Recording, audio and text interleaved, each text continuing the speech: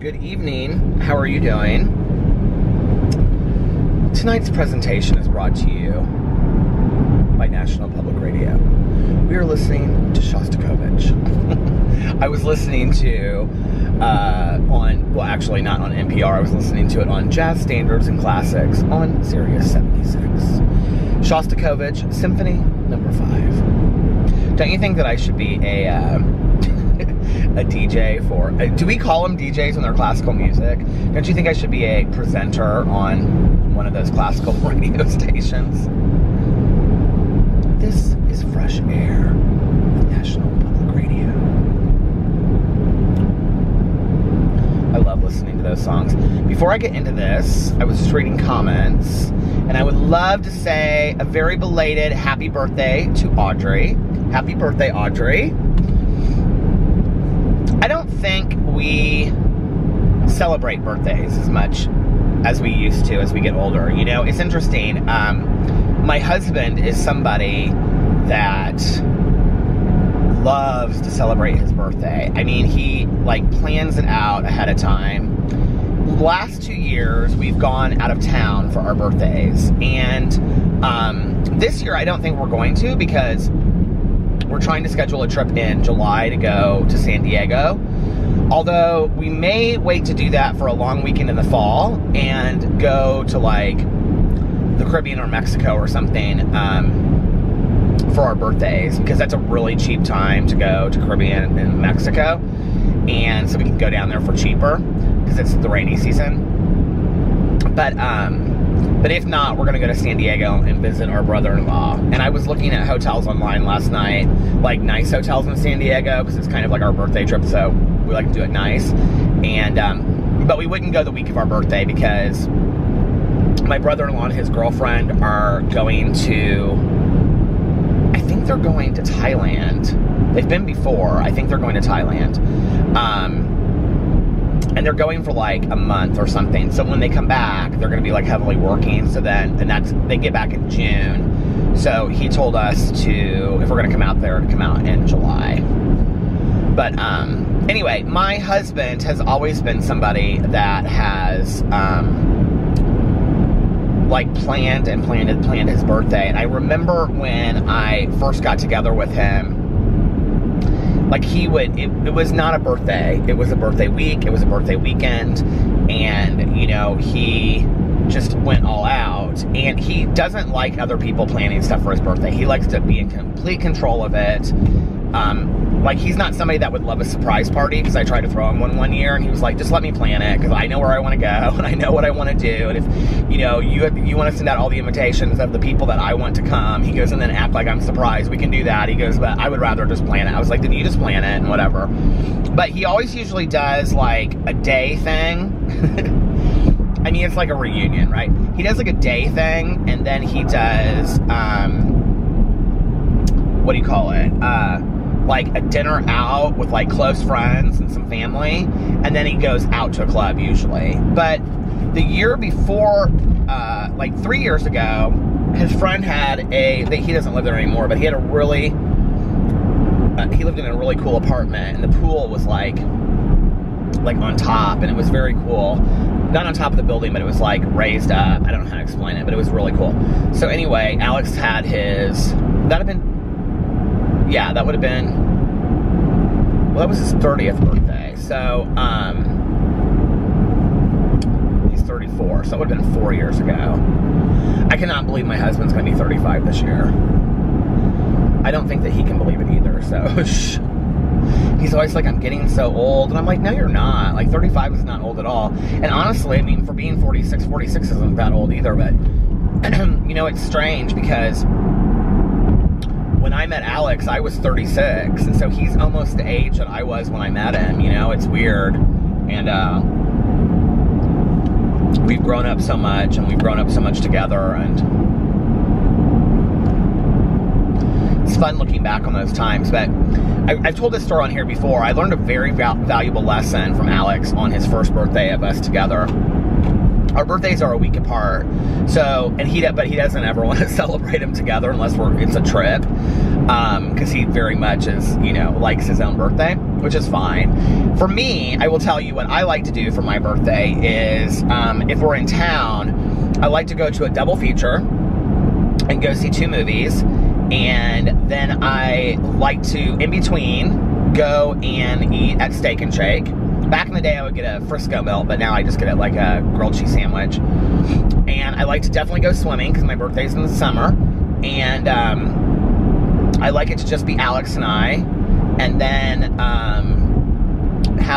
these are the things that are like vital to me. And then have a piece of pecan pie or ice cream cake. Those are the 2 things that are real important to me.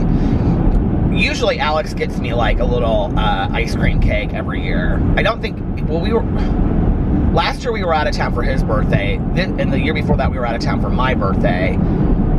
And last year we went out to dinner with Tanya and Eric, Alex and I, and my sponsor. And that was really fun. We had a really good time. And then that was when Tanya got me the tickets to go see Teresa Caputo, the Long Island Medium. I called Tanya tonight, and it was so loud, and I go, "Where are you at?" And some country music concert, I can't remember who she said she went to go see, but she's like, "I'm in the 5th row," and I go, "Why are you answering your phone while you're at a concert?" She goes, "Oh, they haven't gone on yet." She's like, "We're trying to move our way up." She's so funny. So anyway, but I learned a very valuable lesson from Alex that first year, not about birthdays, but just about life in general. So the first year of his birthday, he had planned, like, on a Saturday night, like, his birthday, I think, fell on a Sunday, and it was Father's Day, and he had, is Father's Day is it on a Sunday, or is it on a Saturday? Well, whatever, well, it would have been a Sunday when he did this thing, because it was this rehab thing that we used to go to that was like this pool party. But on Saturday night, he had a dinner, and had, like, we went to this, like, bar, it's not around anymore, it was called Septerra, and so we went there, and he had, like, a party, but, like, not a lot of people showed up. He invited, like, 40, I think it was, like, 42 people, or something like that, and, like, for dinner, he invited all those people on Sunday, and we got, like, a cabana and stuff like that. But on the Saturday night, for dinner, he invited, like, 15 people, and only, like, 8 showed up.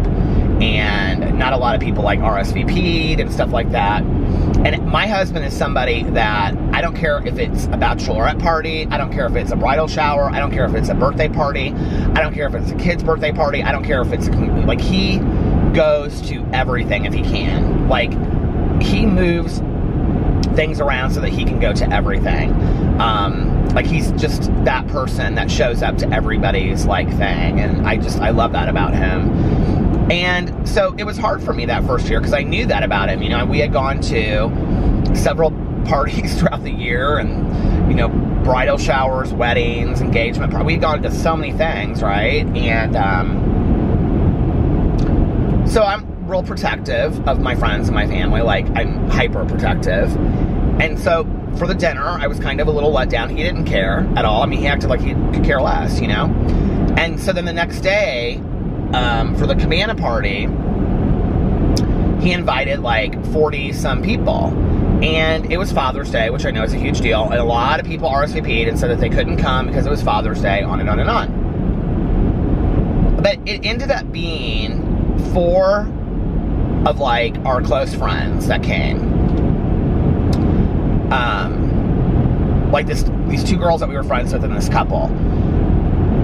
These two guys that were a couple. Like, and that one of them was, well, they were both friends of his from college, but one of them was, like, his really good friend in college, and they came. And, you know, Alex had booked this cabana that was expensive because so many people were going to come, and then, like, whatever they contributed would, like, pay for the cabana. So I was worried about that, because I felt bad for him, you know, and stuff, and he was like, "I'm gonna get it, don't worry about it." And our friend ran the event, and, you know, our friend ended up just, like, basically giving us the cabana, and we ordered a bunch of food and stuff, and they were drinking, of course, but he had, like, a really good day, and, like, at the end of it, or the next day or something, I said to him, I said something like, I said, did you have a good time? And he was like, yeah. And I go, but aren't you kind of hurt? This is such the addict to me, right? And I said, aren't you kind of hurt that nobody, like, really showed up for your birthday? It was like 4 people. And he looked at me and he said, I would rather focus on the 4 people that showed up than the 38 that didn't. And I was like, that is such an incredible way to just look at life, you know? Not just to look at a birthday or people showing up, but just the way to look at life.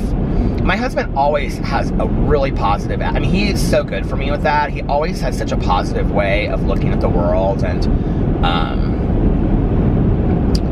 then we always, of course, do, like, you know, birthdays with the family. Because his birthday, and then my birthday is the following, is like exactly a week away, and then his mom's birthday is the day after mine. So his mom and I always have like a birthday party typically together at their house, and they have a ton of people and food, and we do birthday cake, and we sing Feliz Cumpleaños and all that. So, it's fun, you know, but he makes such a big deal of his birthday. I know, you guys should see my hand. My hand, I don't know if you could even see it on there, but it is like, can you see it?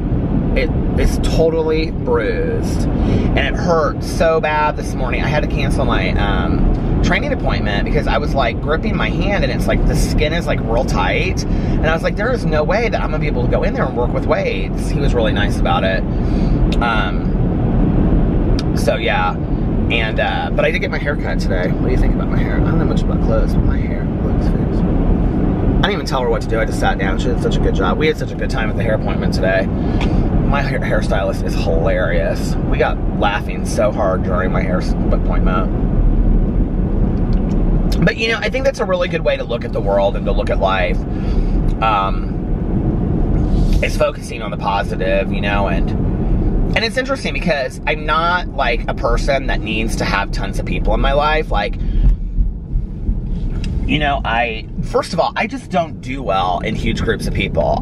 My social anxiety, I think people, like, even in my real life, don't really believe that my social anxiety is as bad as it is. Like, it's bad. Like, I'll either have a day like I had last week where, like, I can walk into a restaurant and sit down and eat by myself, or I have a day like days before that when I was meeting my friend to go eat, where I'm like sitting there and I like parked next to her and I was like, that's her car, isn't it? Because the restaurant's packed. Like, I don't want to walk in there, and it wasn't even packed, but I was like, I don't want to walk in there, you know, if she's not there, because I don't want to, I mean, like, it messes with my head. It's so weird. It's better now than it was. Like, it's so much better now because I forced myself to do things.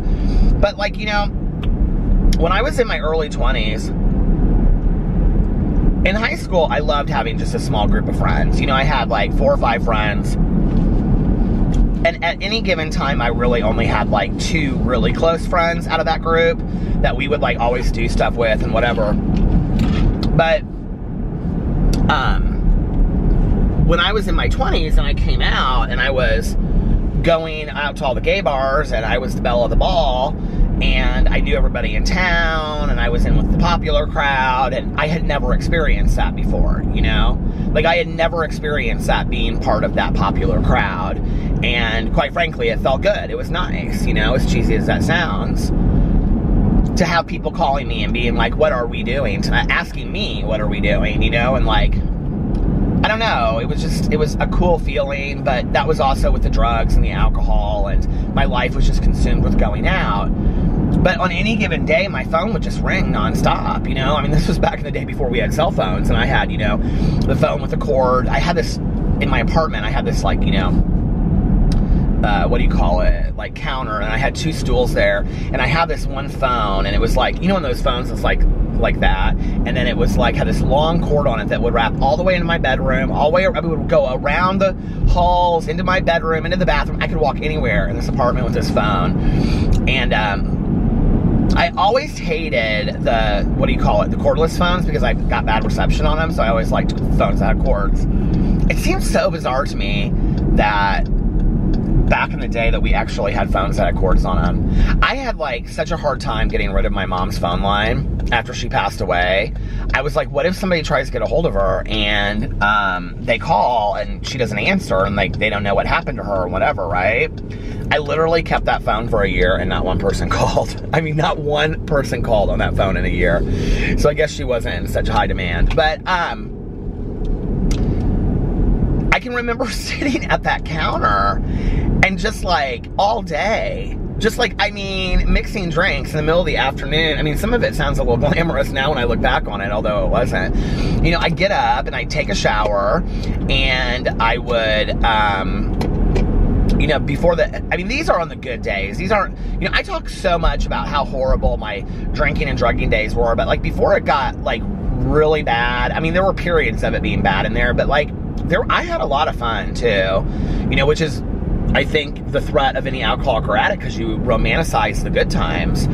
But, you know, I would get up and I would, you know, pop a Vicodin, and then I would, and I'm not glamorizing this at all, I'm just telling my story, but I would pop a, you know, a Vicodin, and then I would like make a drink, and if I was hungover, I would make it half Pepto-Bismol and half vodka, but, you know, most days I would like, I loved like Colt 45 and Old English, and I would drink like a 40, and I always had them in my fridge, and so that would be like the day before I would get them for the next day, and so I would have one of those just in the afternoon, and, you know, I would smoke like half a joint, and I would, you know, like in the bathroom while I was getting ready, and then I would like be in my bathrobe, and I would just sit on that phone. And I can remember I had that Cranberries CD that had Zombie on it, and I would just play that or Black Box, and I would just play those two in the background like over and over and over again. I always had some kind of movie playing on the TV, like, and it wasn't a whole lot different than it is now. It was like To Kill a Mockingbird or something like that, you know? And I would just sit there in that chair, and I would just call all my friends, and they would call me, and I'd be like, okay, well, what are we doing tonight? What time are we meeting up? And blah, blah, blah, blah. Oh, okay, yeah. You know, and that was just my life, and for a very long time, I don't even know how, honestly, like, for a very long time, drinking like that and using drugs, I survived very well in school. Like, I didn't do well. Like, the only classes I did well in were English. I mean, to the point where I was, you know, the editor-in-chief of a literary magazine for 2 years with a friend of mine. We were like the co-editors of it. I can remember us sitting in my apartment for like hours on end, you know, just sitting there and, oh my God, just smoking one cigarette after another, putting these things together. I mean, we worked really hard on those. That's something to this day that I'm still very proud of. And we would write. I mean, she and I wrote, oh my God, I found some of it, some of the best things I've ever written. And I'm like, I don't really remember reading it or writing it, you know? And, you know, I sat on judging panels for things that had to do with, you know, like literature and art and things like that. And I was going to gallery openings, and, you know, I look back on that and I'm like, how did there was some way at that point that it hadn't gotten so bad that I couldn't switch it off and on. That I could switch it off and on. Like, I could kind of, like, you know, throughout the day do okay. And there were a lot of days for school that I would get up and just throw on my clothes. Like, my first 2 years, literally, I just threw on my clothes and went to school. Got a coffee. You know, it wasn't like, it was the last 2 years of my using. It was 21 and 22 and a half that things got so bad. Like, that they started really going downhill quick. And,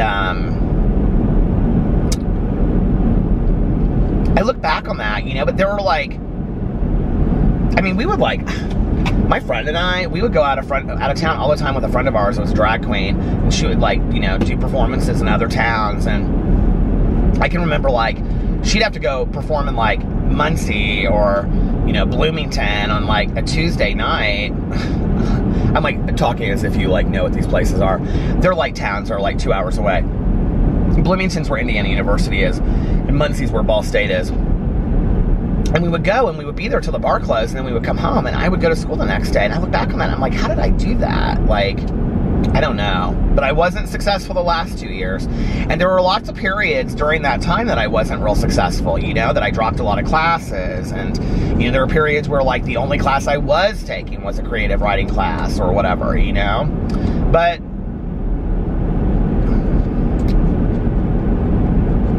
I would sit on that phone, and I can just remember just, like, talking all day long.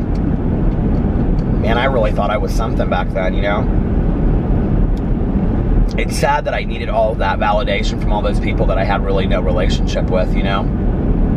And today, you know, I have several good friends, and,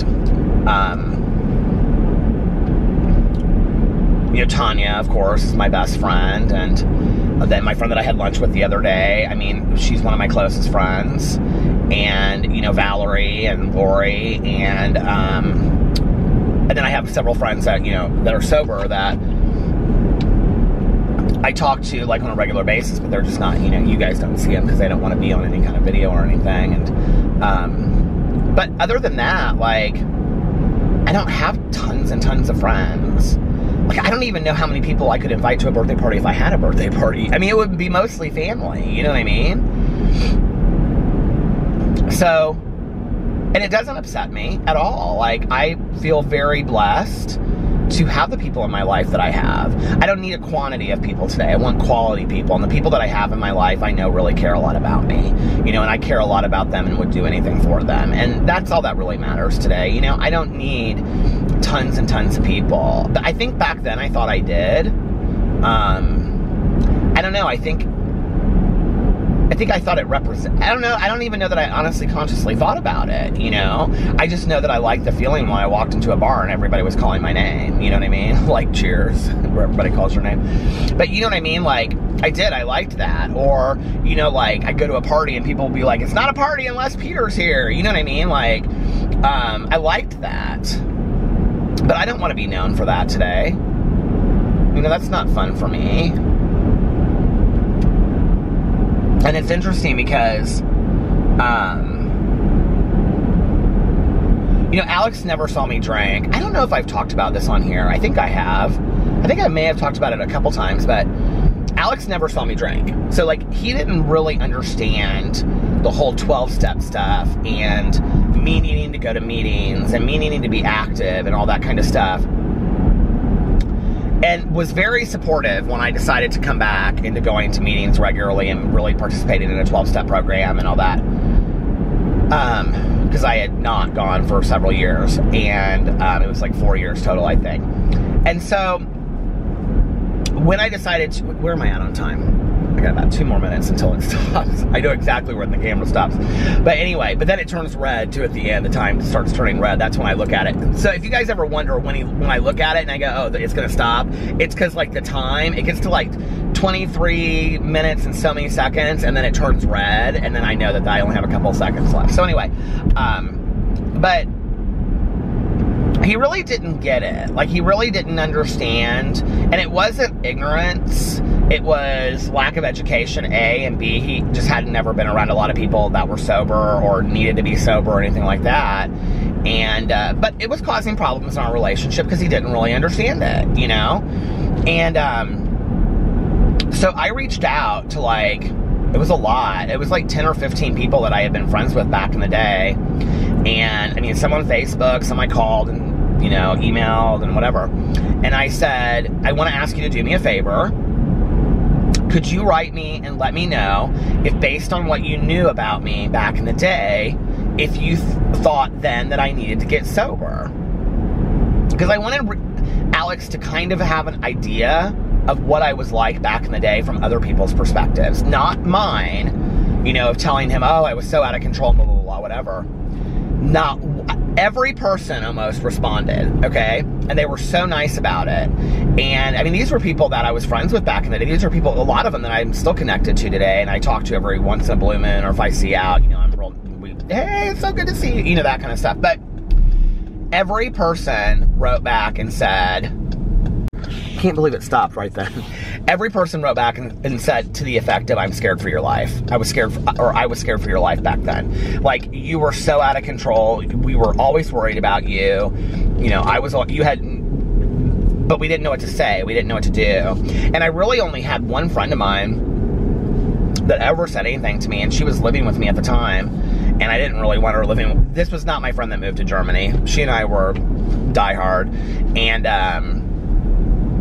and she was drinking with me, but this friend of mine wouldn't drink with me, and I didn't really want her in my apartment anymore anyway. And one day I came home, she was like packing all of her stuff and moving, and I was like, what's going on? And she was like, I'm leaving. And I was like, what's going on? And she was like, the only thing that I can do, I think this is really a powerful statement. You know, one of the questions I get asked a lot is, I don't know how to help somebody and they won't listen to me, or I don't know whatever, you know, I'm really afraid for so-and-so in my life. And my friend looked at me, and I will tell you, it had absolutely no meaning to me at the time, okay? But she looked at me and she said, and this was like a couple weeks before I got into treatment, she said, I am so scared for you. She goes, the only thing I know to do is to not be your friend anymore. She's like, that's the only consequence that I can give you. Something like that. And I was like, screw you, whatever, you know? And so she left. And then she also said, and if you don't tell your dad, I'm going to tell your dad. I was like, okay, well, we'll see about that. I mean, I cussed her out, and I was like, you know, screw you, get out. You better not tell my dad anything, blah, blah, blah, whatever. My dad knew exactly what was going on. What I didn't know was, my dad was so scared to try to put a stop to it, or cut me off, or set limits and boundaries around me, because he was like afraid. So my stepmom and my dad had this conversation right before I got sober. I didn't know that this conversation happened until a lot later. My dad told me, but my stepmom was like, you've got to be done with him. Like, we've got to set a boundary. He can't come over here. You know, we've got to just lay it down. Because she understood, like, enabling behavior and stuff. And, my dad said, I'm scared he'll start prostituting or stealing from people. And my stepmom said, how do you know he's not doing that already? And I think that was like kind of a wake-up call for my dad. You know, that like he thought he knew what was going on, and he did. Like I said, like he knew exactly what was going on as far as my use. But he didn't have any idea what my life looked like, you know? And I think that terrified him. And so anyway, flash forward. This girl and I become friends on Facebook. When, you know, Facebook becomes a thing and people start friending people from high school and whatever, she like friends me and whatever, and I hadn't thought about her, you know, in years. And I reached out to her and I said to her, I want you to know you're the only person that ever stood up to me and ever said anything about my use. And I had no clue how much you cared about me at the time. Like, looking back now, I know how hard that was for you, and we had this great conversation about it, you know, and I just think that would be so hard, you know? Like, I've had friends of mine before that I've had to, like, not cut off, I wouldn't say, but set some pretty strict boundaries with, and it's been really, really hard for me, you know?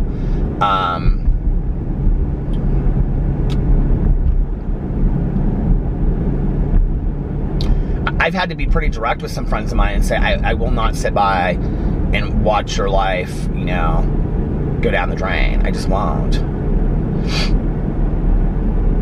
I have reached out to family members before of friends and said, I don't know that you really know what's going on, and I know that they're going to be pissed at me and they're going to hate me. And the reality is, today, I would rather have a friend that was alive that hated me than a friend that was dead from using drugs and drinking, that I never had said anything about. So anyway, how did I get over there from birthday parties? Happy birthday, Audrey. I love the name Audrey. I think about names a lot, you know. As a writer, I'm always coming up with, like, new names for characters and whatever. And it's so interesting because, like, every time I come up with an idea for a name, like a character name, and I like real unique names in books, I just don't like when it's done to be, like, real trendy. I like when it, like, you know, fits the story. Not when it's just like, okay, let's make every character in the book have some really bizarre name. I honestly think it works against the book when they do that, but, like, whenever I'm thinking about a character, I always think, like, oh, I was talking about in my book review today about the series that I read. Well, I read the first and the second book because the third book's not out yet. But the Maureen Johnson Truly Devious series, I just finished The Vanishing Stare, and I did my review of that series today. And the main character's name in the book is Stevie, and it's so fitting for her, you know. And there's, like, I don't think there's any what do you call it, like, they don't, like, point to Stevie Nicks in the book at all and say anything about, like, that's why she was named that. I think they do address why she was named that in the first book, but I don't remember why, but it wasn't to do with Stevie Nicks. But it's such a great name for her, you know, in this book. And I love when names, like, match people. Like, I'll ask you guys this. This is a question I ask people a lot. If my name wasn't Peter and you didn't know me, like, what, like, would you think my name was? Now, I will tell you that if I hadn't been Peter, I would have been Noah. So, Noah Monn. I kind of like the sound of that sometimes. My mom really wanted Peter or Noah, and my dad did not like Noah. He didn't like that. They both, my parents wanted a strong biblical name, but my mom liked Pete Seeger, the folk singer, and she also liked Peter the Apostle, the story of, you know, being so close. It means rock alive too, and a strength. And she liked that he, you know, admired Jesus so much that he didn't want to be exactly like him. She just loved the story of Peter. So, but she also thought it was a name that could kind of transcend ages. That, you know, like, maybe when I was younger, I'd be Peter or Pete. And then when I got in high school, I'd be Pete. And then in college, you know, Peter again. It could go back and forth. And it's funny because Tanya calls me Pete sometimes. My dad and my stepmom always call me Pete. Always. I'm Pete. If you, on my dad's side of the family, I'm Pete. I'm not Peter. And, I mean, I'm sure when my dad was angry at me back in the day, I was Peter, but he hasn't been angry at me in a really long time, so I haven't heard that. Yeah. So I'm Pete. Pete's my dad and them, and Tawny calls me Pete. Sometimes Alex calls me Pete, sometimes when he's being, like, kind of flirtatious and cute. But other than that, nobody really calls me Pete. I will tell you what's interesting is, like,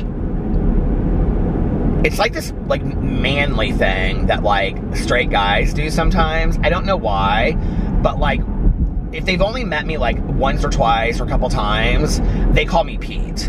Like, without asking. Like, I usually ask somebody, you know, like, do you prefer, like, Jennifer, Jenny, Jen, you know what I mean? J-Dog, whatever.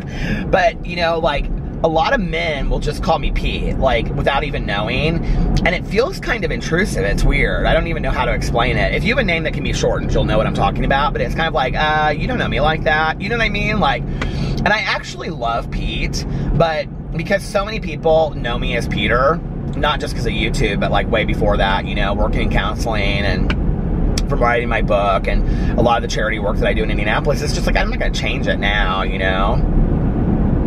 I wanted it to be spelled so different when I was growing up, because I had all these friends of mine. I really wanted to be initials when I was growing up, okay? I really wanted to be like PJ. I love PJ, the initials. So if I ever had a kid, I could call him Peter Jr. and then he could be PJ. But I always wanted to be initials, and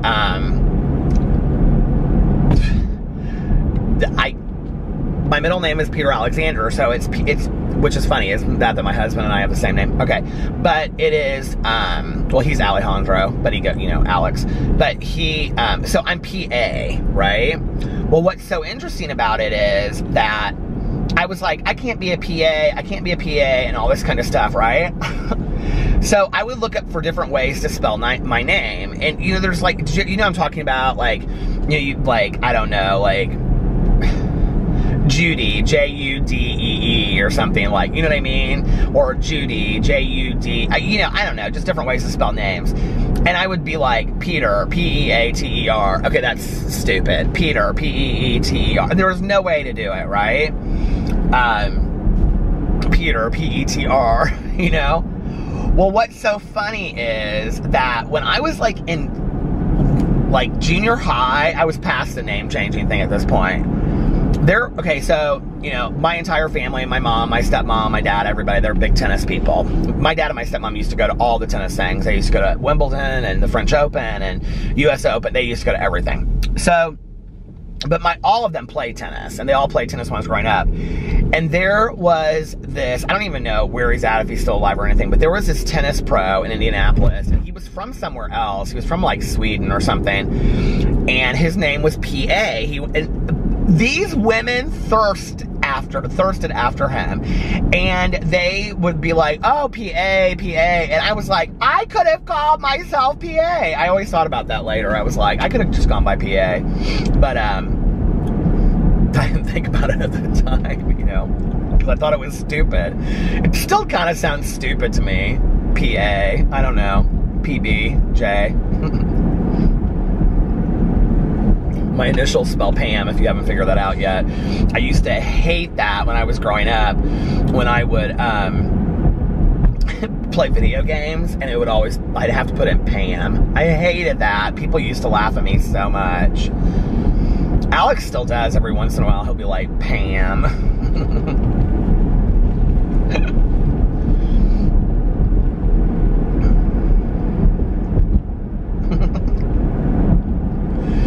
Oh well. I love names though.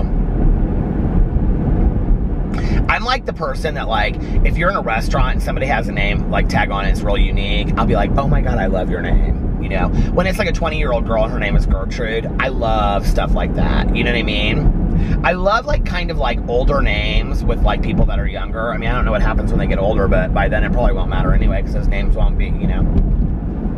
I don't love the recycling of names, so I will say that. Like, you know, when we see names from long ago that come around, it's like everybody does it. And I don't love this whole idea of like movie stars always having to have the most bizarre names in the entire world. I think that's kind of boring.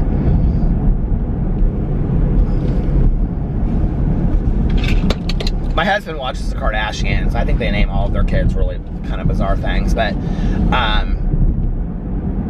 if you ever saw the episode, I can't remember who's having a baby. I think it was Chloe. Is that not so sad, that whole thing? And people coming for her, I'm like, seriously? At this time? Like, that... I don't know, it just breaks my heart. I don't understand. I really do not understand. I don't understand people sometimes. I just don't, okay? Not that I haven't had my mean moments in life, because I have had my mean moments in life, okay? And I own them, not proudly. I have said things and done things I am not proud of, and I am trying not to be that person today. And I still make mistakes, you know, I'm human. But I don't understand people that just live from a point of cruelty. Always. You know? And it's like, okay, I understand that the Kardashians are somebody that you see on TV and you don't think much about, and you think they're celebrities, and she deserves it maybe anyway, and whatever, and she's in the public eye, and oh, she's got such a great life. I don't care how much money you have. I don't care how much money you have. I don't care how famous you are. If somebody cheats on you, that shit hurts, okay? And I don't think anybody deserves to be kicked while they're down in a moment like that. Nobody. I don't care. I don't care what anybody says about that, and you're not going to change my mind on that.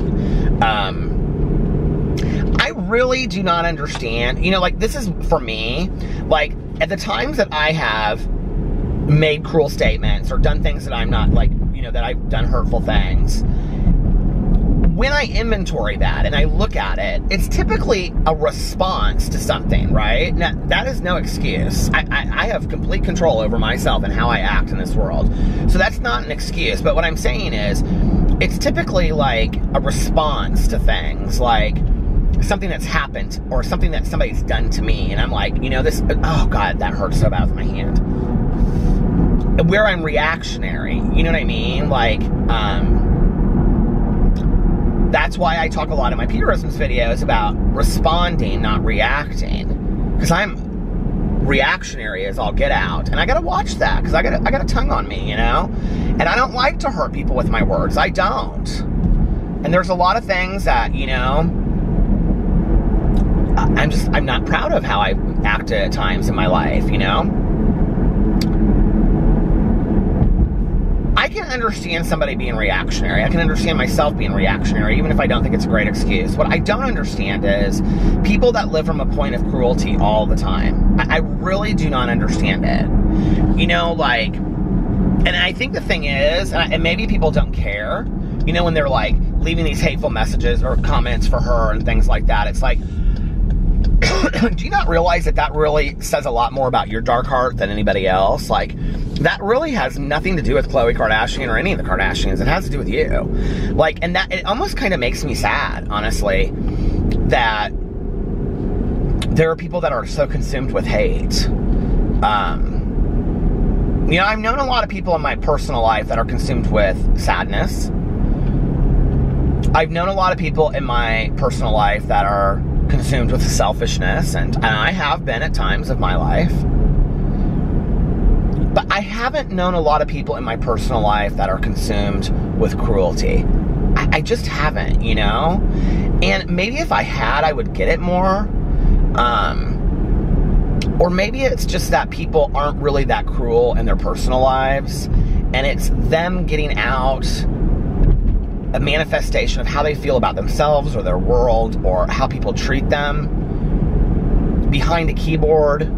I don't know, but it makes me really sad, you know, like, and not for me, and not for, I mean, I'm no Khloe Kardashian, but, or anybody else that gets, I mean, I think there's a lot of people out there that, like, you know, I'm sure it doesn't really affect Khloe Kardashian. She's probably not reading tons of those comments, and people are editing her, you know, so she doesn't get to see all that.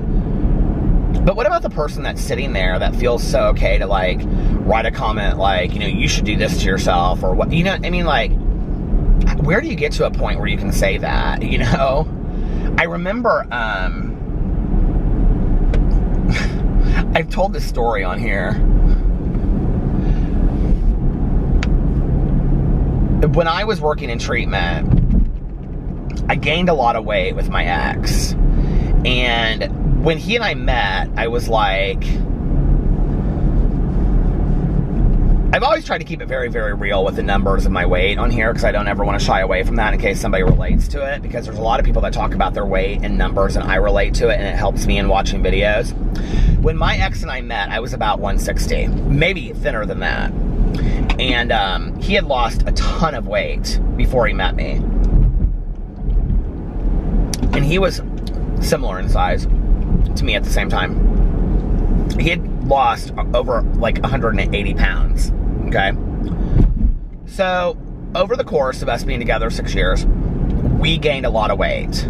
I mean, 100 pounds in 6.5 years. That's why at the end of our relationship, like when we broke up, like I lost like 50 pounds in like 2 months. And I think a lot of it, like I relate to this with like Trisha Paytas a little bit. Like I think a lot of it was traumatic weight loss. A lot of it was, I just was so down on myself that I just would do I did not care. I would do anything to lose weight. And food meant nothing to me at that time because I just was so in my head. But before that, when I started gaining weight, it wasn't when I was like 250, almost 260, close to 260 for a long time. It was when I was like 200 or something, and this woman stopped me that I worked with, and she said, like, I was walking in the hallway, and she said to me, she goes, you know, you were gaining a lot of weight for a while, and it looked good. She goes, but now you just look out of control, or something like that. And I just was like blindsided, shell-shocked, you know? And I went back to the unit, and I told my supervisor, I was like, I have got to tell you what this woman just said to me, because like she knew who she, I mean, the place where I worked was so small. There was like 100 employees, I think, total in the whole treatment facility, 120 or something. But I said to her, I said, can you believe that she said that to me? She goes, and I'll never forget what she said. It was such a powerful statement. My supervisor looked at me, and she said, do you ever wonder where somebody gets to at a point in their life where they think it's okay to talk to people like that? Like, I remember that statement. Like, people that get to a point where they feel like they can say anything hurtful and they don't care anymore have really given up on themselves. It is such a direct representation of who they are as people. And you know, the thing is that it doesn't really matter if they hide behind a keyboard. It doesn't really matter if they, you know, leave a comment on Instagram that nobody can see because it's just, you know, a fake profile name or whatever. They have to sign off and be okay with themselves at the end. I don't want that for people, you know? Like, I don't. I really, really don't. You know, I want people to be happy. And I think it's just, I don't know. And that woman was just bitter, bitter, bitter, always. I mean, always bitter.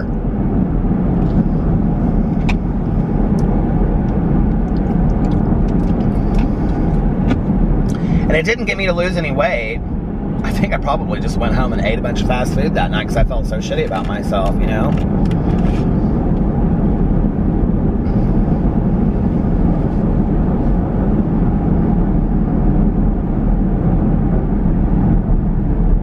I really wish my weight, you know, I mean, there's a lot of things that could be my struggle in my life, and I've struggled with drug addiction and alcoholism and smoking cigarettes and all kinds of things I've struggled with in my life, you know, spending money and whatever at times, but this food thing, this food addiction has been something I have struggled with, like, I mean, since late junior high, early high school until now, so 30 plus years.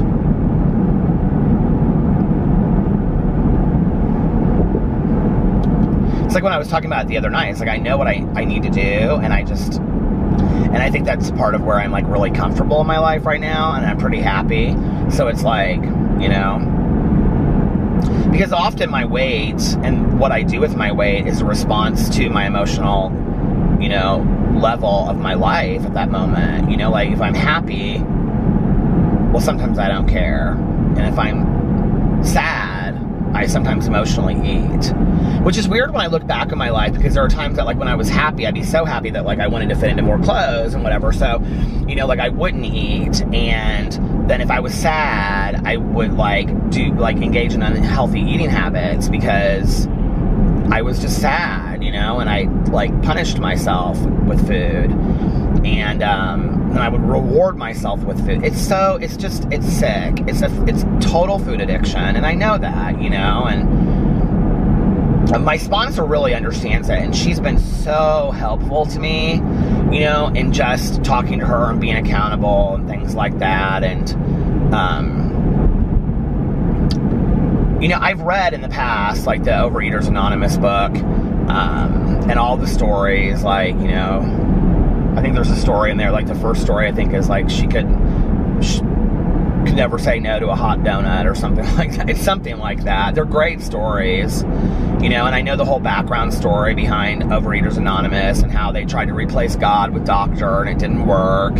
So when they were going to AA meetings, because there wasn't OA, it was two women that started OA, I believe, and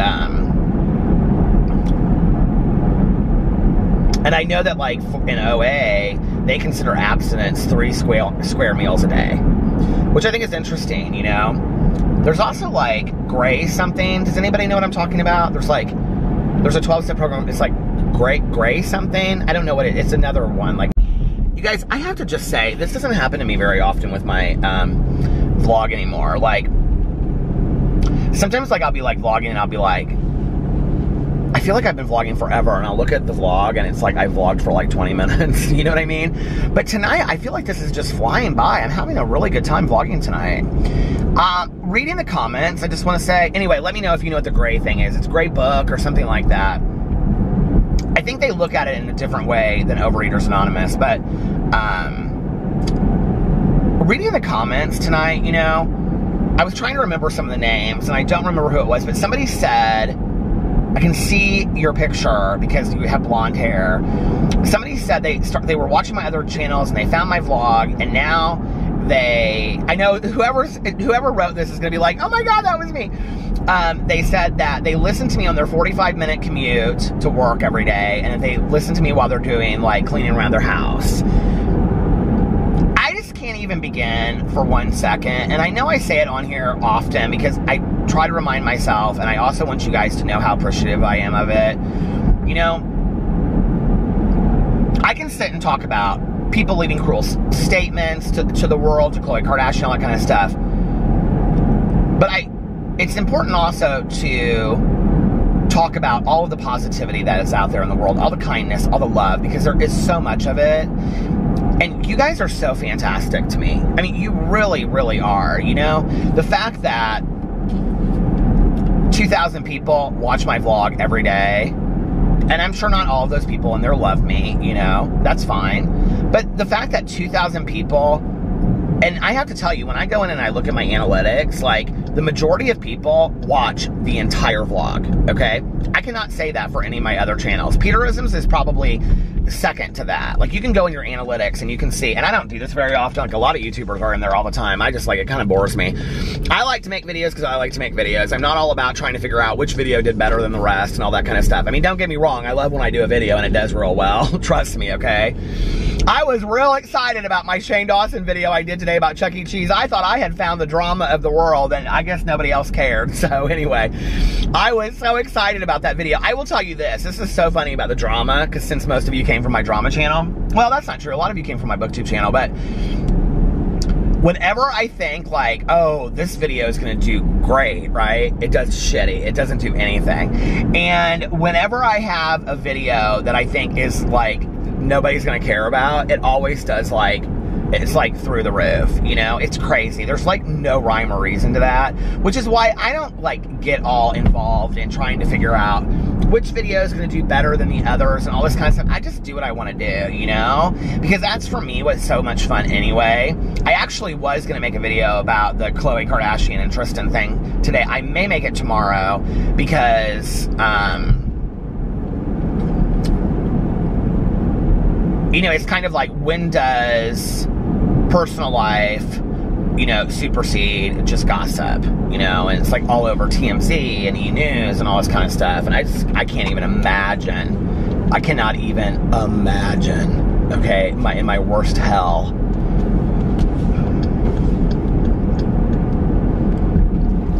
But anyway, you know, I can pay attention to all that, but it is so important for me to pay attention to the love and the kindness that you guys leave me on my videos, and the attention and watching the vlogs and stuff like that, you know?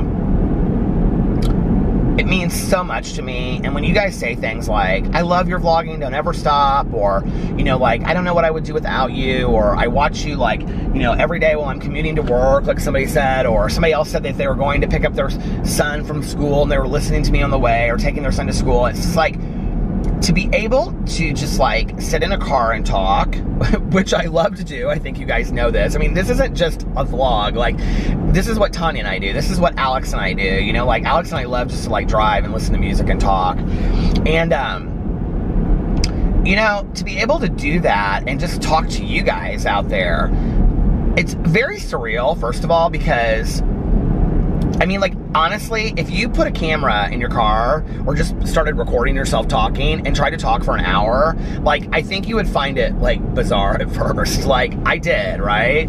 But now it's so normal to me, I can't even explain it. And it's kind of like, I don't see it as, like, an auditorium of 2,000 people sitting there listening to me. I see it as, like, you know, certain people, you know, like Julie and Marie and, you know, this person and that person, and, you know, like,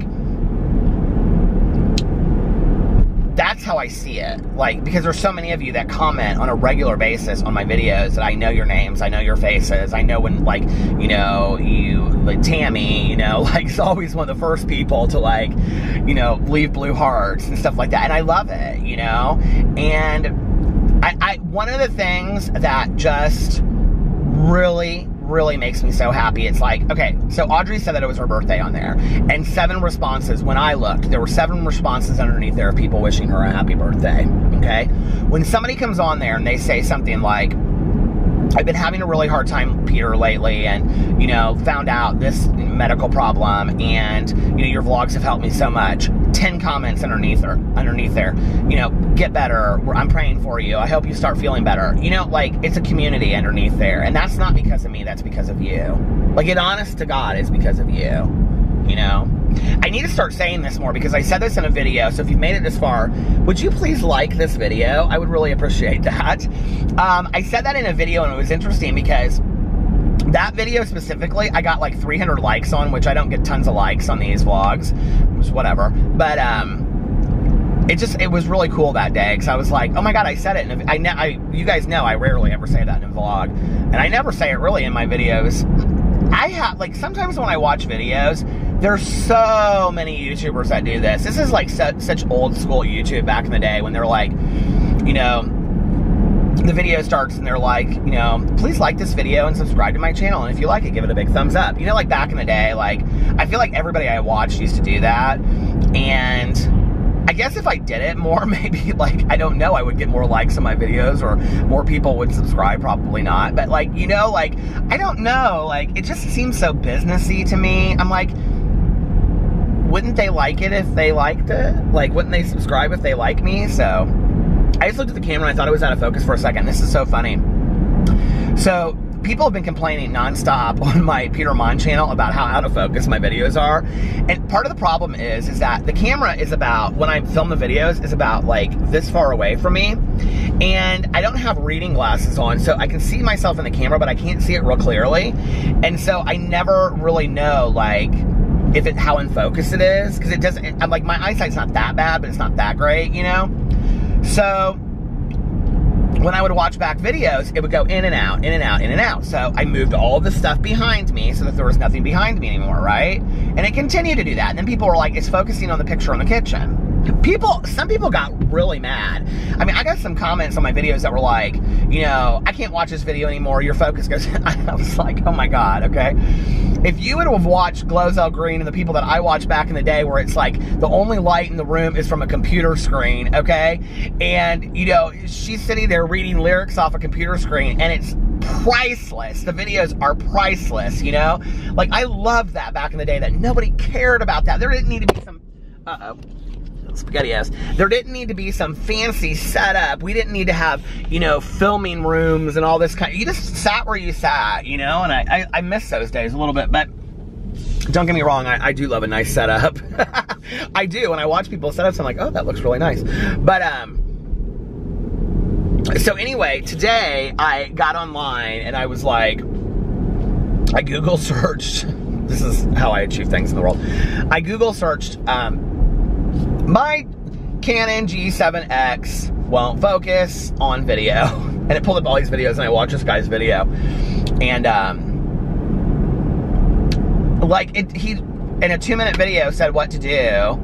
And what was so funny was, while I was watching this video, I'm like, dude, your video is, like, out of focus. Like, it looked out of focus. And, but he's so nice, and it was such a, like, sweet video, like, of him, like, teaching how to do this. And it worked on my camera. I couldn't believe it. And then I went to his channel, because he had, like, 2,000 subscribers or something. I subscribed to everybody. I don't care. And I went to his channel to see what videos he puts out, because that video was from, like, it was, like, 2 years ago, I think, or a year ago.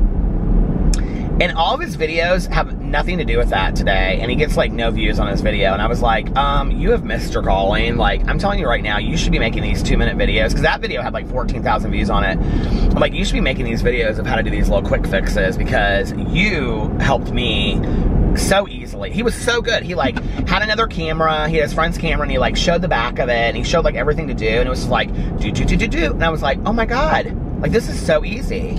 And it fixed it. So I think it fixed it. It looks better. So to me, it looks better. I don't know. Y'all have to go see it and tell me what you think. I kind of wish I had, what time is that? I kind of wish I had my other battery with me tonight, but you know what? I don't. Because I could vlog, honestly, for about 3 hours tonight, is how I feel.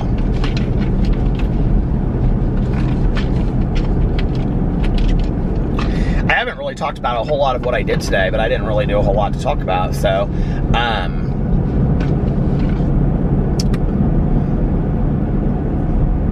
got up, went to my hair appointment, canceled my training because of my hand. He was totally understanding about it. It was so nice. And then got coffee, came home, sat down, filmed the Shane Dawson video thing, but I had to edit so many, can you imagine me editing? Oh my God. I had to put so many different clips of different pictures in there that took me a while. And then Alex was getting off work early, and I told him I wanted to film a couple more videos. So he came home, and then he and I hung out in bed for a while, like a long time. Like, we're just like sitting there talking for like an hour and a half in bed. And then he fed the dogs, and I made my booktube video, and I made my Peterisms video, and then I was like, I'm really hungry. I was like, I have got to eat something. And Alex thinks he's coming down with a cold or something, I don't know. So he wanted some chicken noodle soup. So I went to Whole Foods, whole check, and they were literally, as I like walked up to the salad bar, they were taking the chicken noodle soup away because it was like closing time. Well, it wasn't closing time, but it was like an hour before closing time. They like start taking all the stuff off the salad bar. And so I texted him and I was like, do you want something from Noodles and Company? Because I just took the chicken noodle soup up and I feel bad. And he was like, yeah, if you go there, because he loves their chicken noodle soup there. So I went to Noodles and Company and I got some pesto cavatappi. And then I got him chicken noodle soup and I came back and we ate and watched Real Housewives of Atlanta. And then we went to bed because he didn't feel well. And so we laid down and that was early. And then I slept for a little bit, and then I got up and I listened to a little bit of my audiobook. I'm having an incredibly difficult time getting into In Cold Blood. And the live stream is on Sunday, and I have like 7 hours left of this book. So that's what my Friday and Saturday is going to be, listening to In Cold Blood. I'm kind of hoping that because I have to listen to so much of it over a short period of time, I'm kind of hoping that like sometimes when I listen to like a lot of a book, like 3 hours in a row, I become like very consumed with the book. Like no matter if it's good or not, like, because I'm listening to it so much. I'm kind of hoping maybe that's what happens and I'll just be like, oh God, you know, like this book is so good now, you know, whatever. I will say this, what's interesting about it is that I've read of some of Truman Capote's writing before, and such a beautiful writer. I mean, just absolutely beautiful, the way that he describes things. And at the very beginning of the book, he describes the town and oh my God, people are working out at the gym. Sweet Lord. All right, get it. But the way that he describes some of these things are just like unbelievable. Like even the people that work in the places and work. Oh, please don't fall. So it's an interesting book. It's just very dry. It's very, very dry. I'm really excited about next month because we're reading the BTK Killer's Daughter's book. I think it's called Growing Up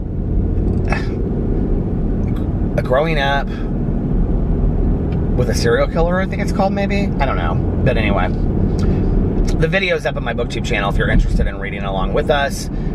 It's called A Huge Book Club Announcement. Don't you love that catchy clickbait title? I mean, it is a huge BookTube. I haven't talked to Mel, a huge BookTube, book club announcement. I haven't talked to Mel in days, and I need to call Mel, and we need to have a phone date.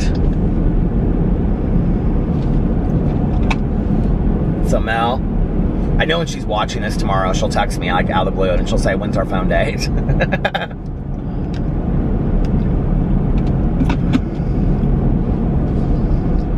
It's cold out tonight. It's 28 degrees, but it's very nice.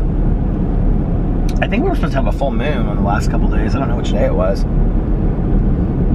I feel so kind of like incredibly clear-headed tonight.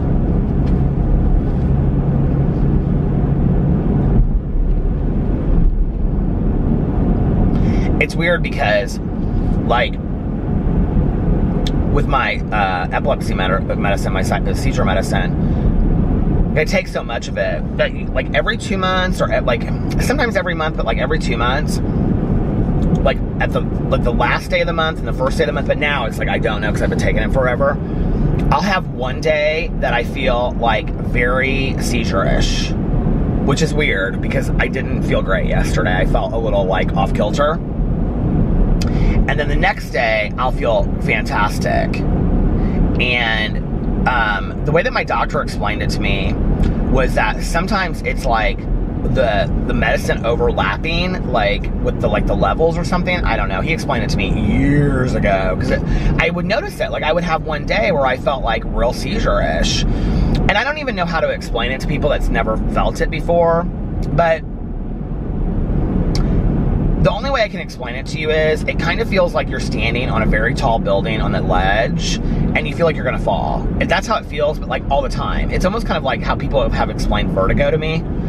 You feel like it all the time, right? Like where you just want to sleep in the middle of your bed and have a huge blanket over you to feel safe. Like that's how it feels. Like, and not on a social level, like on a physical level, it's how it feels. Like, and you're not shaky, or I'm not shaky or anything. I just feel like off. Like I just don't feel like, I feel off. I don't even know how to explain it. And I think one of the hard things for me is that I haven't had a seizure, you know, in like so long. And so I don't know, like, I don't know if I would know what that was going to feel like if it was going to come on, you know what I mean? So, but now, tonight, I feel like fantastic, like really clear-headed. I do remember, weirdly enough, like when I had my grand mal seizure, that was when they like found out like what it all was and stuff. I remember coming to in the hospital and literally, and they told me that this was like a side effect of like epilepsy and like what it does neurologically and stuff. I literally felt like euphoric that whole next day. I felt like absolutely incredible. It was like weird. It was like my body had been through some kind of weird transformation. And I've heard a lot of people that have epilepsy say that, you know, that if they have a seizure, like the next day, they'll feel like, you know, great. It's scary. I've known a lot of people that have seizure disorder like me. I have juvenile myoclonic epilepsy, and that just, it doesn't mean like it started when I was a juvenile. It doesn't mean anything like that. It means that I have petite mal seizures. So the way that it started for me was that it looked very much, almost kind of like, I knew I was going to go over those railroad tracks, I was going to do that. But the way that it worked, like, for me, it very much looked like when it started, before I had my grand mal seizure, it looked like Tourette syndrome almost. It looked like jerks. And sometimes I wouldn't even know that it had happened. Like, people would look at me and then they'd be like, are you okay? And I'd be like, yeah, why? And they'd be like, you just, like, jerked. And I'd be like, oh, okay. I mean, I didn't know, you know? And, so I remember I got all these books when it happened, and I took them into my neurologist, who's like a really good friend of my dad's, and like they went to med school together, and I sat down, and I had all these books, and I had all these questions, and I'll never forget, he like took the books, and he pushed them aside, and he goes, if you just listen to what I tell you to do, and I'm not saying that I think that this is great with all doctors, like I definitely think you should get second and third opinions, you know, for like severe diagnoses and things like that, but this has worked for me with this specific doctor. I've had other doctors before that have said, just listen to me, and I've gone and gotten a second opinion. I've gone to other doctors that have said, just listen to me, and my dad has said to me, I think we'll get a second opinion, like, you know, but with this guy, he looked at me and he goes, Peter, it's a very simple regimen. He goes, he pushed the books aside. He goes, you just listen to what I tell you to do and everything will be fine. And since that day, I think I was like, I wish I wrote down when I got diagnosed. I should ask next time I'm in my doctor's office. But I think I was 27. I'm trying to think of like when I started dating my first boyfriend, because it was the year before we broke up. So he and I started dating when I was 23.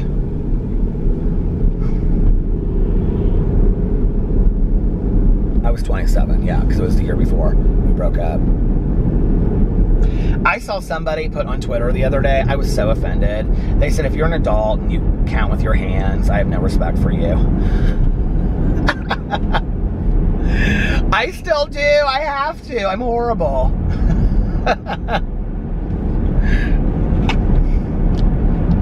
Tanya jokes, and she'll say sometimes, she'll say, you don't have enough fingers and toes for that math. I'm like, no, but I'm horrible at it. Tanya's that person that you can like, you know, say like be adding something up, and she'll look at it and she'll go, you know, it's 1672. And I'll be like, how do you do that so quick? And she'll be like, it's easy math, Peter. It's really simple. She's so good at math and like accounting and things like that. And that's what she did before she owned a dog kennel. And I'm like, I just don't understand. I just don't get it.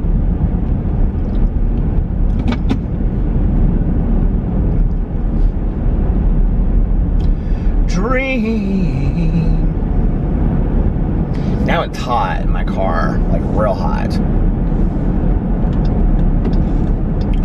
Dream, dream, dream, dream when I want you. I was going to turn down here, but I don't think I'm going to, because I don't know where that road goes. Take the long way home. Oh my God, that Anytime Fitness people are working at it too. I'm so awake, I should just go work out right now, shouldn't I? Oh my God, my trainer would be so impressed. I keep on putting on this lip balm, which I do love, that sun balm, but it's kind of greasy and then it goes away real quick. This Kiehl's lip mask that they sent me is fantastic. I need to go in there and thank them. I mean to do that all week. They're so nice.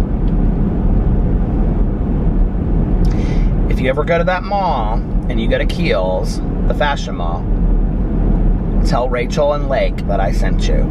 They are so nice. She and I have literally stood there before and talked for like a half an hour. We are like such kindred souls. I should go in and ask her for out. I should go ask her out for lunch sometime.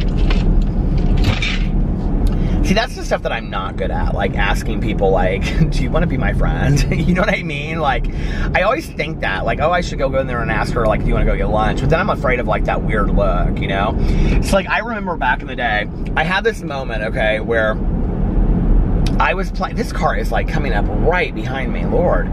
I was at the casino. Okay, this is years ago, right? Well, it was when Alex and I were together, so it must have been like the first couple years. He thought this was so funny. I played next to this woman. We were playing these penny machines, okay? All night. I mean, like 4 hours, 5 hours we played next to each other. We were hitting left and right. I mean, we weren't making any money. I mean, it was like, you know, pennies, and max bet was 90 cents, I think. And, you know, we hit 20 here and 50 there or whatever. We were going up and down, but we were doing good, both of us, you know. And I go get something to drink, and I'd be like, do you want a, you know, a pop? And she'd be like, oh yeah, I'll take this. And then she'd go and get something. And she's like, do you want something? And I'd say, oh yeah, give me a Coke, you know, whatever. But I actually, I drank Mr. Pibb. But so anyway, we were like talking all night, okay, about the casino. You know, she'd hit something and be like, oh, that's a good one. She'd like, oh, you know, I needed that. And I'd be like, oh yeah, I need one too. I can't believe it stopped again. Okay. And then I'd be like, yeah, you know, I need a bonus. And she'd say, oh, honey, it's coming your way. And then I'd get one, and she'd say, good for you. And she'd just stop and watch me and light a cigarette. You know, we were like so interacting. We were talking the whole night. And she'd, you know, oh, this one time when I came here, you know, I hit this. And she'd be like, oh, me too. And we were talking the whole night, okay? 5 hours into this thing or something, 4 hours, 5 hours into this thing, right? I turned to her. Now, it's not like she's 20, okay? I mean, she's probably 60 if she's a day. I turned to her, and so the casino's in Anderson, Indiana that I go to. And I turned to her and I go, so are you from Anderson? Cash out, takes ticket, gets up and walks away. Doesn't say anything to me. It was like, okay, I'll be your friend as long as we're sitting here talking about casino stuff, but the second you want to know one personal thing about me, I am out of here. I mean, she did not say goodbye. She didn't say anything. We had talked for like 4 or 5 hours the entire night. And all of a sudden she gets up. I mean, I said, oh, so are you from Anderson? She just gets up and takes her ticket out and is gone like in 2 seconds. I told Alex that. I was so hurt. I told Alex that, and he was like, what do you expect? He was like, these are just people that you meet at the casino. I was like, I know, but my feelings are so hurt. It's like when you're up this late and you go to the same like gas stations, you get to know the people that work at the gas stations, right? Okay. But here's the thing. They don't stick around forever. And if you've watched my vlog long enough now, you know that I've gone through a few cashiers at gas stations and it's wrecked my heart, right? I mean, there's been a couple people like, literally I'll go in and they'll say, tonight's my last night. And I'm like, I'm never gonna see this person again. And I've stood there and talked to them, you know, getting a water or a Gatorade or something, you know. I've stood there and talked to them for 15 minutes at a time, you know, before, and swap stories about our lives. And then all of a sudden, they're done. I'm going to a store on the south side, or, you know, I got to move to Tennessee or something. I'm like, oh my God.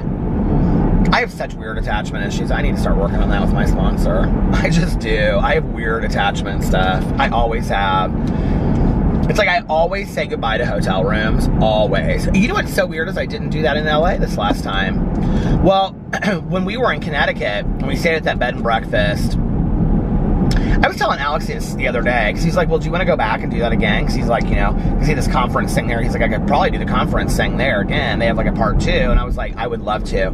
That trip was so fun to me. And it was just 3 days. You know, I don't know why, but it was just so much fun. And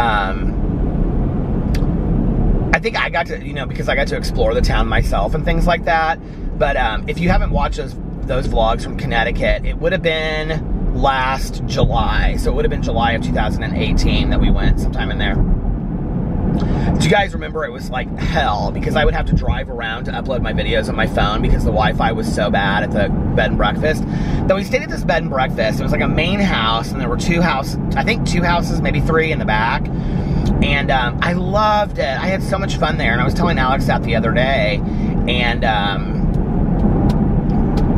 you know, I remember, like, when we walked out of there, because this is how I ended up, like, I'm framing my entire, like, book of short stories about my life around this. Like, it's like this is like the first story, and then I go back. I mean, I'm not going to tell you the story because I don't want to ruin it, but in case you decide to read my book. But I start with this, and I frame it, and it's Alex and I standing there, and then it goes back, and it reminds me of this moment that I had as a kid. My parents did it. My mother and my father, both of them, you know, long after they were divorced, no matter which one I was with, would always say goodbye to hotel rooms. Or, like, if we had rented a house or something, you know, they would say, oh, you've been good to us, house, you know, like, all this kind of stuff. And, that just, like, I just, like, got triggered in my remembering this story about my ex and the fish that I had. Have I ever told you guys that story? I want to tell that story, but if I tell it on here, I think I did a whole video of it on my Peterson's video. If I tell it, the time will stop watch. But anyway, so when we were leaving that room, which was a nice room, but it was like not the nicest room we've ever stayed in, and it was just whatever. But there was something about that, just that bed and breakfast that I loved so much. And I would go and eat breakfast in the morning by myself, or I did it once, I think, maybe twice, I don't remember. And I remember I had lemon verbena hotcakes. They were so good. So anyway, because this restaurant that we went to, and oh no, they were lemon ricotta hotcakes, because with this place that we went to go eat in Los Angeles, they had them too, and I almost got them, but these people ended up getting them, and they were like huge, just huge pile.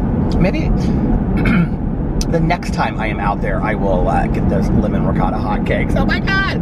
So anyway, but when I was standing there as we were like taking our luggage out, like I said goodbye to the hotel room, and it just like hit me like with this full force, you know? And I was like, of this memory that I had as a kid and saying goodbye.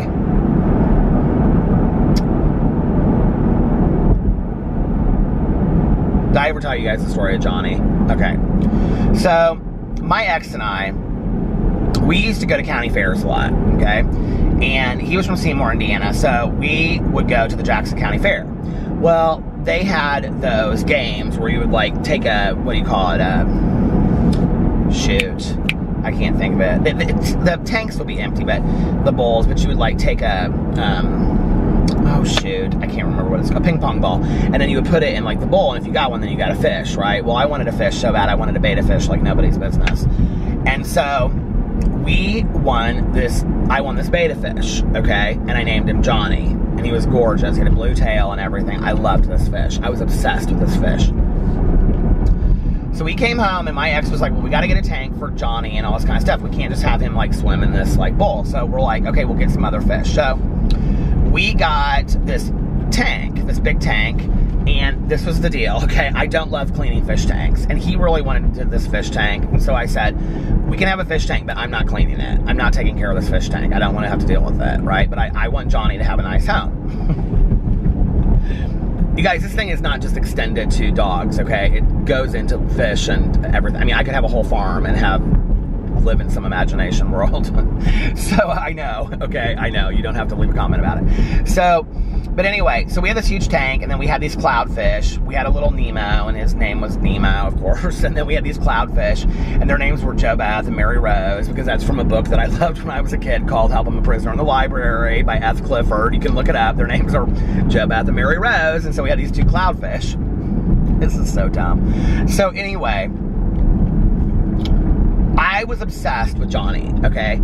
Johnny lived about 5 years.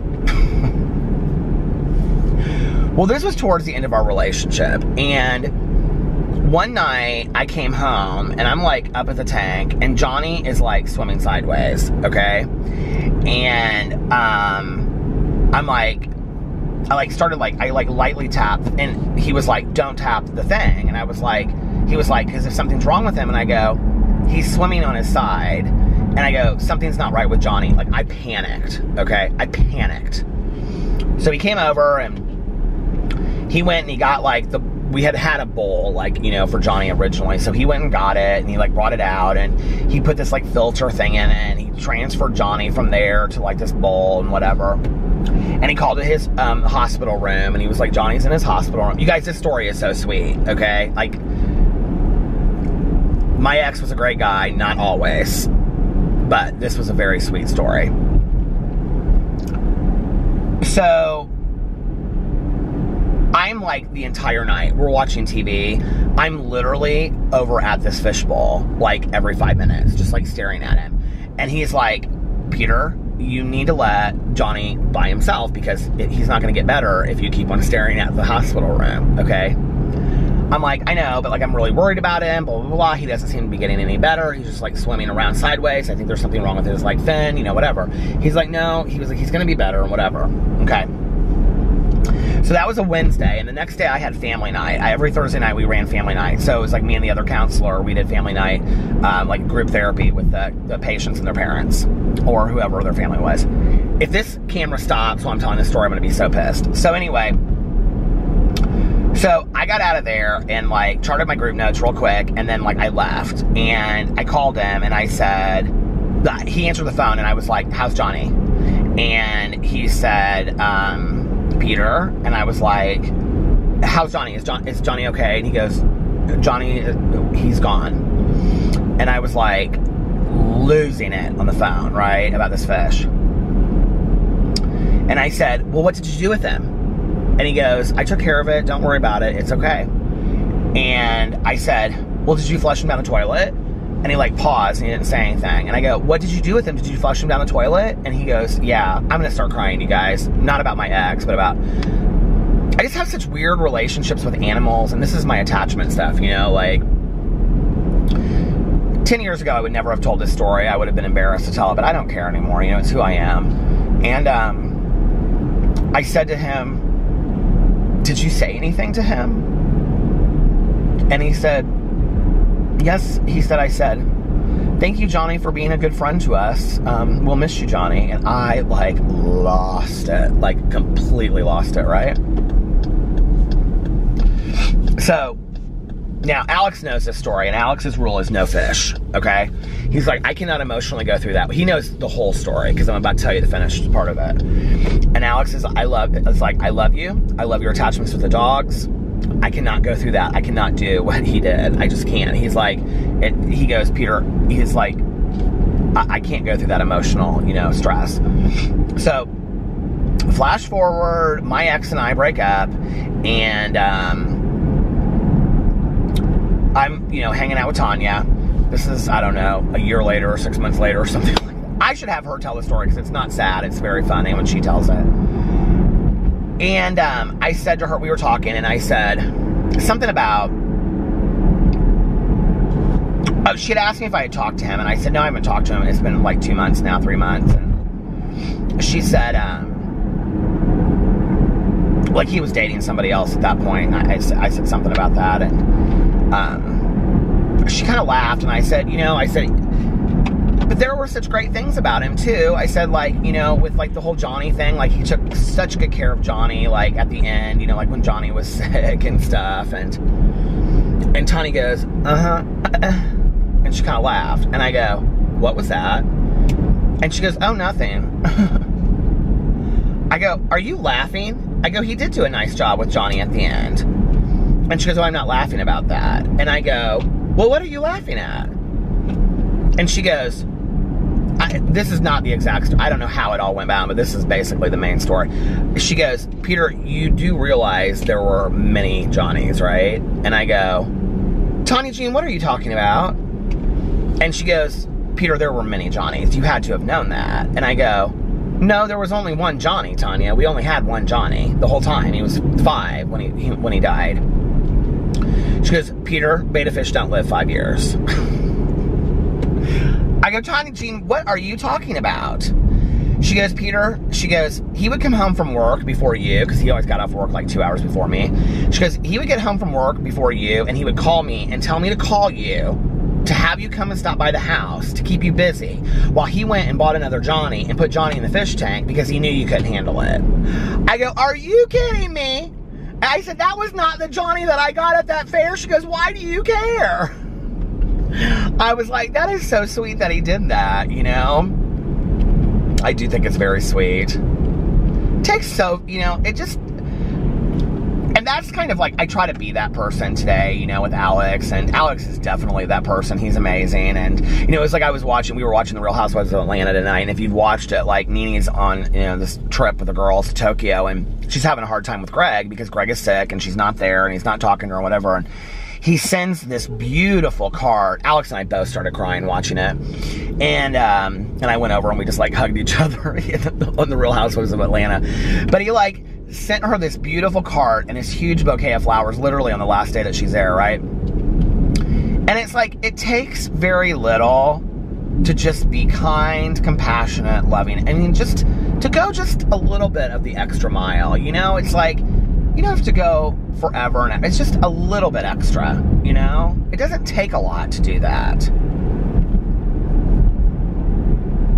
And I'm so grateful that I've had people that have done that stuff for me in my life, and I'm so grateful that I've had the opportunity to do that for other people in my life, and just make people feel a little bit more special, right? Yeah, I've got my attachment issues a little bit more under control than I used to, though. I really did forever, though, believe that that was the real Johnny always. I did. Like, you couldn't have told me. Like, seriously, if I had come home, like, at 3 years, I don't have any idea how many Johnnies there were. I mean, there probably could have been 15 Johnnies. But I would come home, and if I looked at that Johnny, you know, I mean, I literally would come in, and I'd be like, hey, Johnny, how are you, Johnny? I'm sure it doesn't surprise you since I talk to my dogs all the time. But, you know, like, if you had told me, like, 3 years in, that is not the same Johnny, that's the 6th Johnny, I would have been like, you're a liar straight from the pit of hell. That is Johnny. That is the only Johnny that I've ever known. Don't you love that I called him Johnny? Like, I've never had these extravagant names, right? It's like Johnny, Mary Rose, Joe Beth. You know what I mean? I love it. I asked Tanya, I'm always like, do people like have real normal names for their dogs? And she's like, what do you mean? And I'm like Nancy or Steve. She's like, no, who does that? I'm like, I love it. I think it's hilarious. And she's like, you would name your dog Nancy? I said, oh my God, I would love it.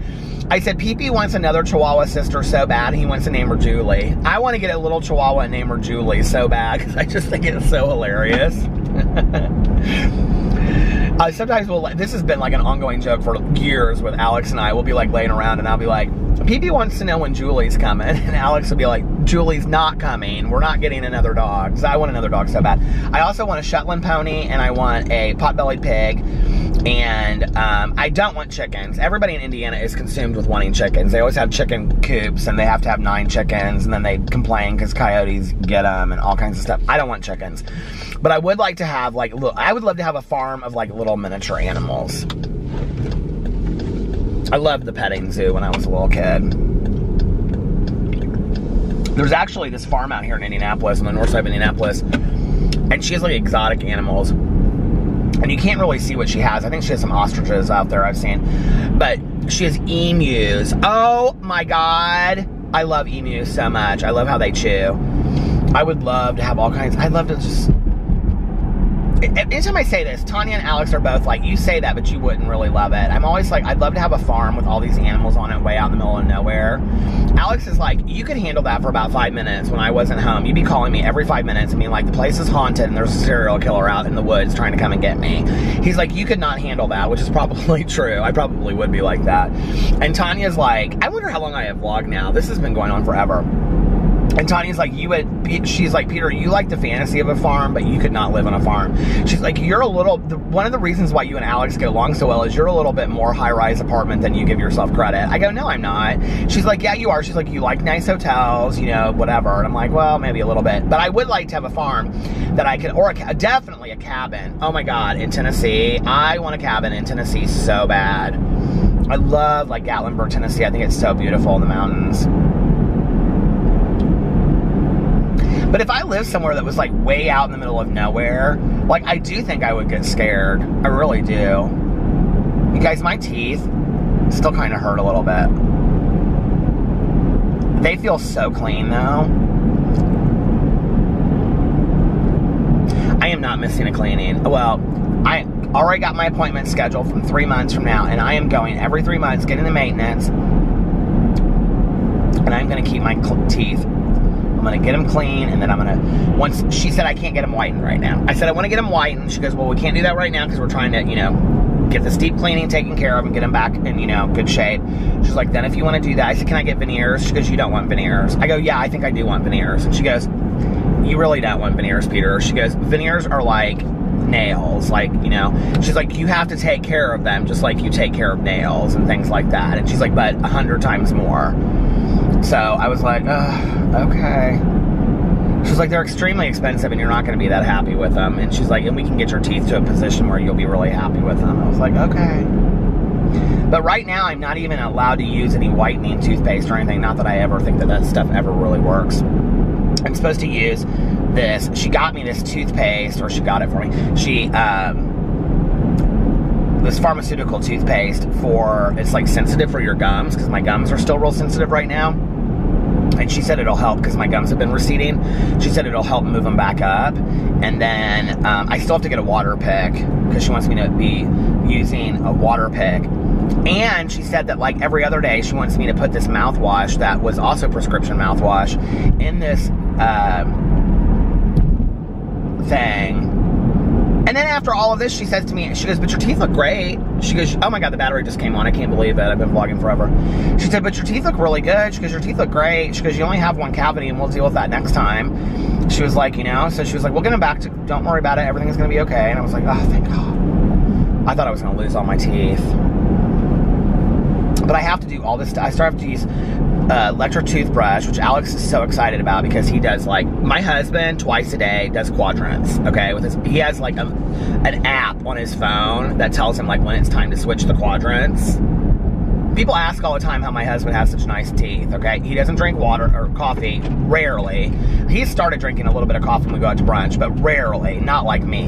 He hardly ever drinks soda, and he doesn't smoke cigarettes, he can't stand it. And he doesn't drink tea or anything like that. And he is so weird about flossing his teeth and doing the quadrants and all that kind of stuff. And of course, he doesn't smoke the weed either. So, you know, his teeth are in great condition. His teeth are as white in person as they look like, and they look like healthy and white, you know, not just like whitened like beyond belief. Like, he has really healthy teeth. And they weren't like that when I first met him. Like, he's really worked hard on it. I'm really impressed. So I'm hoping that that's where my teeth will get to one of these days. So anyway, all right, you guys, listen, I'm going to get off here. And this is a longer vlog than I thought it would be. I hope you guys are having a wonderful Friday. Thank God it's Friday. And I love you. And I had such a blast tonight. Thank you for watching this. It means the world to me. I love you guys so much. And I'll see you tomorrow. Bye.